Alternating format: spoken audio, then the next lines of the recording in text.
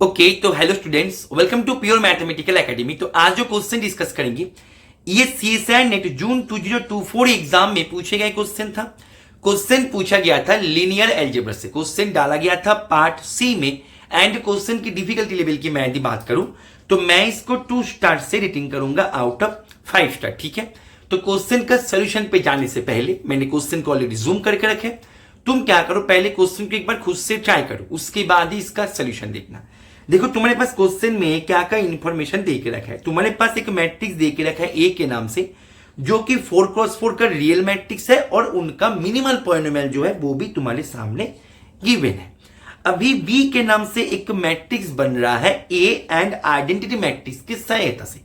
Question plot किया गया था यही बी मैट्रिक्स के ऊपर कि ये बी मैट्रिक्स का मिनिमल पॉलिनोमियल क्या होगा, ये बी मैट्रिक्स इस टाइप की इक्वेशन को एंजॉय करेगा या नहीं करेगा, इसके ऊपर कंप्लीट क्वेश्चन पूछा गया था। ठीक है, तो ये क्वेश्चन का सोल्यूशन ऑलरेडी मैंने प्रोवाइड कर रखा है मेमोरी बेस्ड सोल्यूशन पे।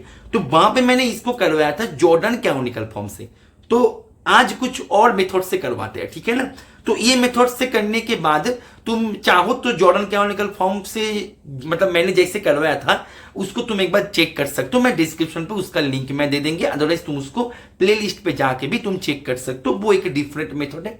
आज कुछ डिफरेंट मेथड से हम यहाँ पे करवाएंगे और आज का मेथड है बहुत ही वेल नोन मेथड एंड बहुत ही इजी मेथड। ठीक है, चलो तो इसको करवाते हैं आज। देखो मेरे पास ए का मिनिमल पॉलिनोमियल दे के रखा है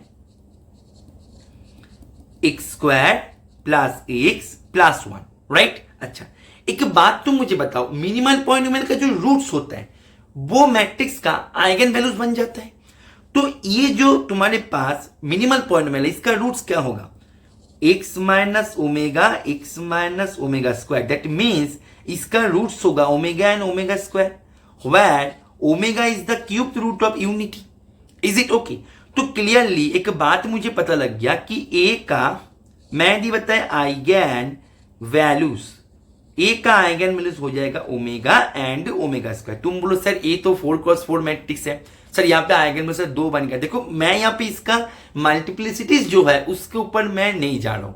here I am talking about distinct eigen values, और इसी से ही हमारा जो है आगे का जो मतलब सोल्यूशन है वो आगे इसी से ही मूव होगा। मतलब इसके पास कितने सारे डिस्टिंक्ट आइगन वैल्यू है और वो डिस्टिंक्ट आइगन वैल्यू क्या क्या है उसी के ऊपर ही हमारा फोकस रहेगा। ठीक है ना, तो डिस्टिंक्ट आइगन वैल्यू की मैं यदि बात करें वो है ओमेगा एंड ओमेगा स्क्वायर। अच्छा, एक बात तुम ध्यान दो, कोई भी मैट्रिक्स, अच्छा यहाँ पे फील्ड कुछ मेंशन नहीं था तो यहाँ पे हम सी को लेकर चर्चा करेंगे। ठीक है, तो कोई भी मैट्रिक्स का मिनिमल पॉलिनोमियल यदि प्रोडक्ट ऑफ लीनियर फैक्टर्स में लिखा जाए तो वो मैट्रिक्स बन जाता है डायगोनलाइजेबल एंड इसका कन्वर्स भी ट्रू होता है। तो तुम मुझे एक बात बताओ, ये मैट्रिक्स का जो ए मैट्रिक्स है, ए मैट्रिक्स का minimal polynomial product of 2 linear factors में लिखा गया था। That means clearly A matrix मेरा डायगोनलाइजेबल बन गया, ए मैट्रिक्स मेरा डायगोनलाइजेबल बन गया, ये सुन लो। ठीक है, ए मैट्रिक्स मेरा डायगोनलाइजेबल बन गया, डायगोनलाइजेबल बिकॉज ए मैट्रिक्स का मिनिमल पॉलिनोमियल को हमने प्रोडक्ट ऑफ लीनियर फैक्टर्स में लिख पा रहे हैं। Is it okay? रिप्रेजेंट किया जा रहा है। ओके, अभी तुम एक बात ध्यान दो, यहां तक करके स्टॉप करो। अभी तुम ध्यान दो, तुम्हारे पास बी मैट्रिक्स बने थे ए प्लस आइडेंटिटी मैट्रिक्स से। अच्छा, ए मैट्रिक्स है डायगोनलाइजेबल, आइडेंटिटी मैट्रिक्स ए भी डायगोनलाइजेबल है, साथ में आइडेंटिटी मैट्रिक्स एक स्केलर मैट्रिक्स भी है। तो मुझे यह पता है कि sum of 2 diagonalisable matrix need not be diagonalisable, लेकिन उनमें से यदि एक मैट्रिक्स स्केलर हो जाए तो ये ऑब्वियसली डायगोनलाइजेबल। अभी मेरे पास सम ऑफ 2 डायगोनलाइजेबल मैट्रिक्स, मैं अभी कह नहीं सकते कि बी मैट्रिक्स डायगोनलाइजेबल होगा या नहीं होगा, लेकिन एक बात मेरे को नजर में आ गया कि मेरे ये जो सम ऑफ 2 डायगोनलाइजेबल मैट्रिक्स में कर रहे थे उनमें से एक मैट्रिक्स मेरा स्केलर है। दैट मीन्स एक गारंटी के साथ हम कह सकते हैं कि मेरा बी मैट्रिक्स भी डायगोनलाइजेबल होगा। Is it okay? क्लियर है? अच्छा, तो बी मैट्रिक्स डायगोनलाइजेबल बन गया, बहुत बढ़िया। तो बी मैट्रिक्स का आइगन वैल्यूज क्या क्या होगा, here I am talking about distinct eigen values. तो बी मैट्रिक्स का डिस्टिंक्ट आइगन वैल्यूज क्या क्या होगा बेटा? अच्छा, बी मैट्रिक्स बन रहा था ए प्लस I4 से। अच्छा तुम मुझे बताओ ए का डिस्टिंक्ट आइगन वैल्यूज क्या थे? Omega and omega square. And I का डिस्टिंक्ट आइगन वैल्यू क्या है? ओनली 1। तो बी का डिस्टिंक्ट आइगन वैल्यू बन जाएगा। Here I am talking about distinct eigen values. यहाँ पे हम मल्टीप्लिसिटीज को लेके चर्चा नहीं कर रहे, नहीं तो हमें तो पता है ना कि 4x4 का मैट्रिक्स है तो उसके बाद तो 4 आइगन वैल्यू होगा ही। यहाँ पे हम 2 लिख रहे हैं distinct eigen values. Is it okay और नॉट? क्लियर है? दैट मीन्स बी के पास मैं यदि आइगन वैल्यूज की बात करें, आइगन वैल्यूज ये बन जाएगा 1 plus omega and 1 plus omega square. यहां पे भी सेम बात कि तुम दोनों मैट्रिक्स का आइगन वैल्यू पता है और तुम दोनों को साम करके साम वाले मैट्रिक्स का आइगन वैल्यू बताओगे। ऐसे ऑलवेज नहीं होता, ये नीड नॉट बी ट्रू होता है बेटा। लेकिन ये ऑलवेज कब होता है, मतलब तुम गारंटी के साथ कब कह सकते हो, वो जगह पे नीड नॉट था। लेकिन तुम गारंटी के साथ तुम कह सकते हो जब उन दोनों मैट्रिक्स में से एक मैट्रिक्स स्केलर बन जाए, और मेरे पास आइडेंटिटी मैट्रिक्स तो स्केलर ही है, तो यहां पे हम गारंटी के साथ कह सकते हैं। ठीक है, ओके। अभी एक बात याद करो, मेरे बी मैट्रिक्स था डायगोनलाइजेबल, मेरा बी मैट्रिक्स था डायगोनलाइजेबल। ठीक है, मेरा बी मैट्रिक्स जब डायगोनलाइजेबल था, दैट मीन्स बी मैट्रिक्स का जो मिनिमल पॉलिनोमियल होगा वो भी प्रोडक्ट ऑफ लीनियर फैक्टर्स में आएगा। यस और नो? क्योंकि ये तो इफ एंड ओनली इफ है, जो मैं शुरुआत में बताया था। बी मैट्रिक्स डायगोनलाइजेबल है तो उसका minimal polynomial product of linear factors में आएगा।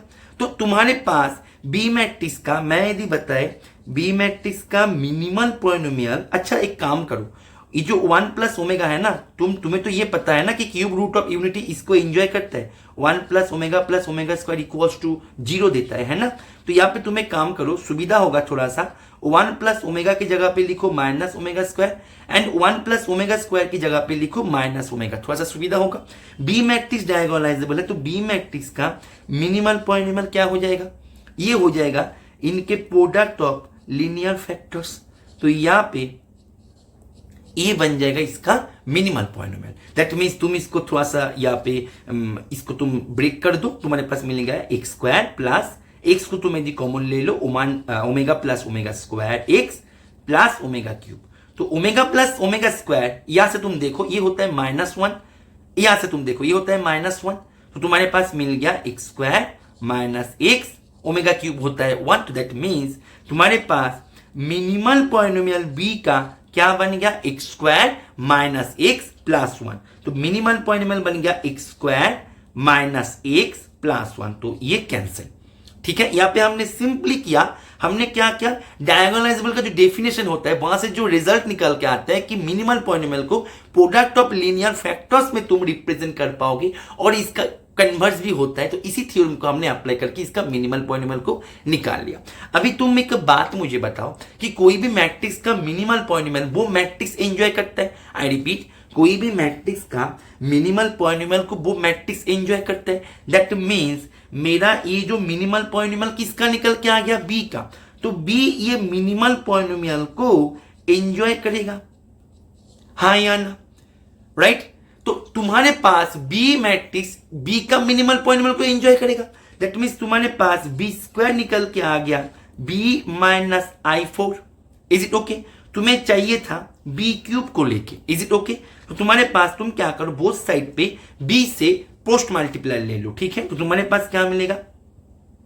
B cube equals to B square minus B. अभी देखो बी स्क्वायर माइनस बी ये हो जाएगा माइनस आई, तुम इसको यहां पे लेके जाओ तो ये हो जाएगा माइनस आई। राइट? तो यहां पे तुम यहां पे लिख दो माइनस आई।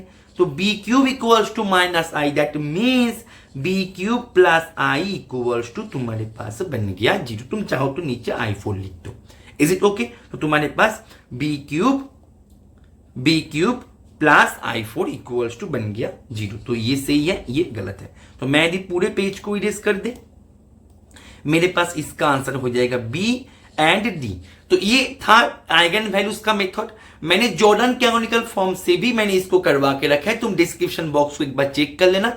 मेमोरी बेस्ड सॉल्यूशन पे मैंने इसको करवा के रखा है। तो मैं आशा करेंगे ये सॉल्यूशन तुम्हें समझ में आ गया होगा और तुम जो भी एग्जाम्स के लिए तैयारी कर रहे हो तुम यदि तुम्हारे प्रिपरेशन के प्रॉपर गाइडेंस के माध्यम से लेना चाहते हो, ऐसे ही कॉन्सेप्ट्स को सीखना चाहते हो, इंडिपेंडेंटली क्वेश्चन का सामना करने के लिए तुम तुम्हारे प्रिपरेशन को यदि प्रॉपर गाइडेंस में, प्रॉपर सिस्टमेटिक वे में लेना चाहते हो, तो तुम हमारे रेगुलर क्लासरूम में ज्वाइन कर सकते हो। हमारे रेगुलर क्लासरूम में ज्वाइन करने के लिए तुम्हें इस नंबर पे कॉल या फिर व्हाट्सअप करके उसके बारे में तुम्हें जानकारी ले लेना है। ओके, चलो पढ़ते रहो। Happy learning.